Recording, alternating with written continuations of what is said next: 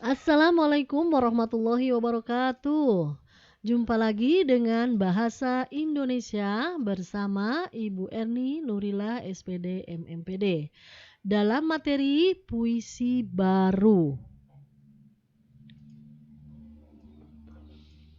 Puisi menurut Kamus Besar Bahasa Indonesia atau KBBI, puisi merupakan ragam sastra yang bahasanya terikat oleh irama, matra, rima, serta penyusunan larik dan bait.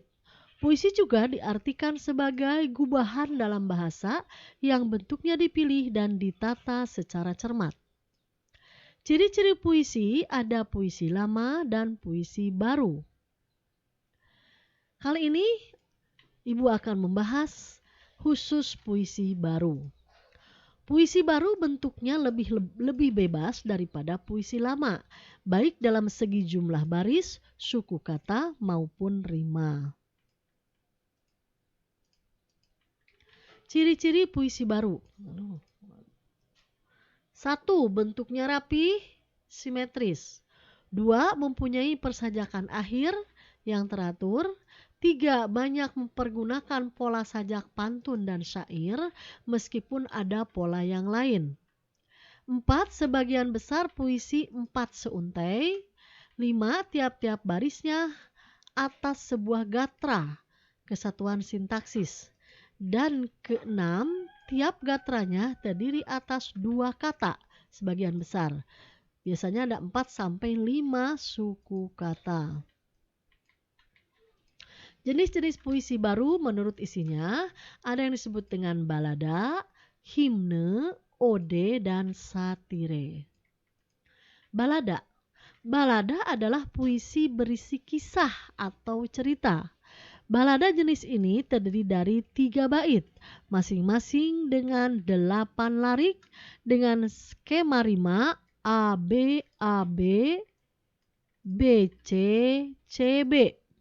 Kemudian skema rima berubah menjadi A B A B, B C B C. Larik terakhir dalam bait pertama digunakan sebagai referen dalam bait-bait berikutnya. Contoh puisi karya Sapardi Djoko Damono yang berjudul Balada Matinya Seorang Pemberontak. Silakan dicari ya puisinya, di sini tidak ditampilkan sama Ibu. Contoh puisi Balada Matinya Seorang Pemberontak ya. Himne. Himne adalah puisi pujaan untuk Tuhan, tanah air, atau pahlawan. Ciri-cirinya adalah lagu pujian untuk menghormati seorang dewa, Tuhan, seorang pahlawan, tanah air, atau alma mater, pemandu di dunia sastra. Ketiga, sekarang ini pengertian himne menjadi berkembang.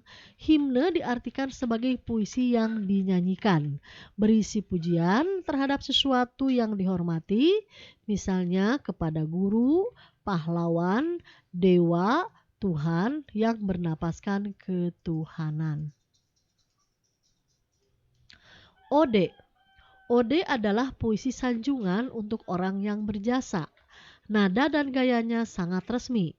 Metrumnya ketat, bernada anggun, membahas sesuatu yang mulia, bersifat menyanjung baik terhadap pribadi tertentu atau peristiwa umum. Sedangkan epigram adalah puisi yang berisi tuntunan atau ajaran hidup. Epigram berasal dari bahasa Yunani epigrama yang berarti unsur pengajaran, didaktik, nasihat membawa ke arah kebenaran untuk dijadikan pedoman, ikhtibar, ada teladan. Satire. Satire adalah puisi yang berisi sindiran atau kritik.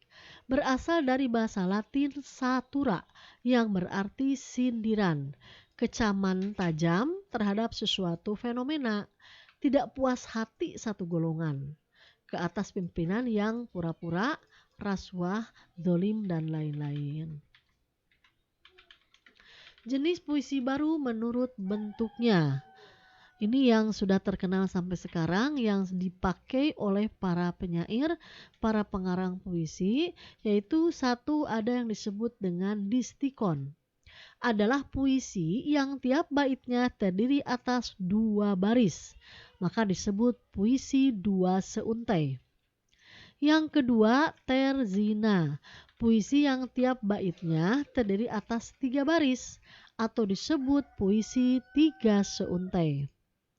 Yang keempat, kuatren, puisi yang tiap baitnya terdiri atas empat baris, atau disebut puisi empat seuntai.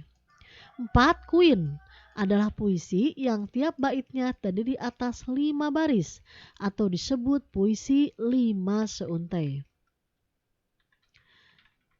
Selanjutnya, sektet adalah puisi yang tiap baitnya terdiri atas 6 baris, maka disebut puisi 6 seuntai.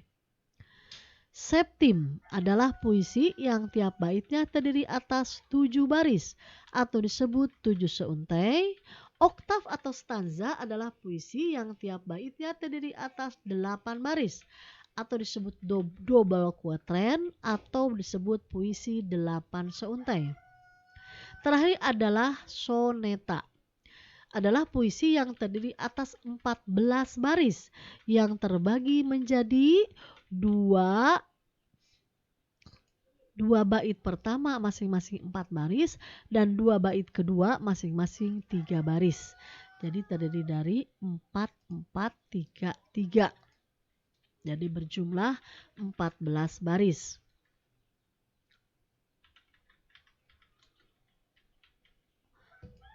Untuk contoh-contohnya silahkan saudara-saudara bisa mencari sendiri. Banyak contoh tentang jenis puisi yang 8 tadi, yaitu puisi yang 8 jenis ya. Ada puisi distikon, terzina, kuatren, kuin, sektet, septim, oktav atau stanza, dan soneta. Demikian yang bisa saya sampaikan. Mohon maaf segala kekurangan. Wassalamualaikum warahmatullahi wabarakatuh.